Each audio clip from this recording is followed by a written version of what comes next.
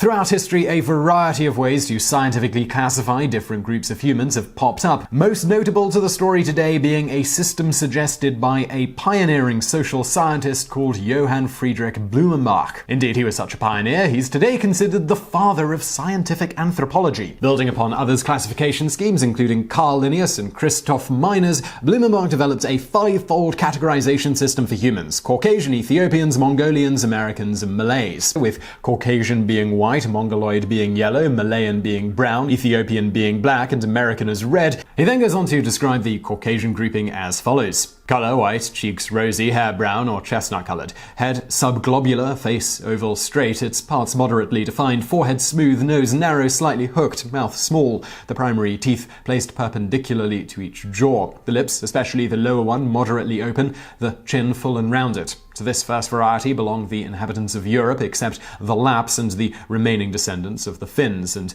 those of Eastern Asia as far as the River Obi, the Caspian Sea, and the Ganges, and lastly those of Northern Africa. Over the course of his study, he determined that people from the area around Georgia were the ideal archetype for this group. He thus borrowed the name from the Caucasus mountain range along the northern border of Georgia. Or in his own words, "I have taken the name of this variety from Mount Caucasus, both because its neighborhood, and especially its southern slope, produces the most beautiful race of men, I mean the Georgian, and because all physiological reasons converge to this, that in that region it seems we ought with the greatest probability to place the autochthonies of mankind. For in the first place, that stock displays, as we have seen, the most beautiful form of the skull, from which, as from a mean and primeval type, the others diverge by most easy graduations on both sides to the two ultimate extremes, that is, on the one side the Mongolian, on the other side the Ethiopian. Besides, it is white in color, which we may fairly assume to have been the primitive color of mankind, since, as we have shown, it is very easy for that to degenerate into brown, but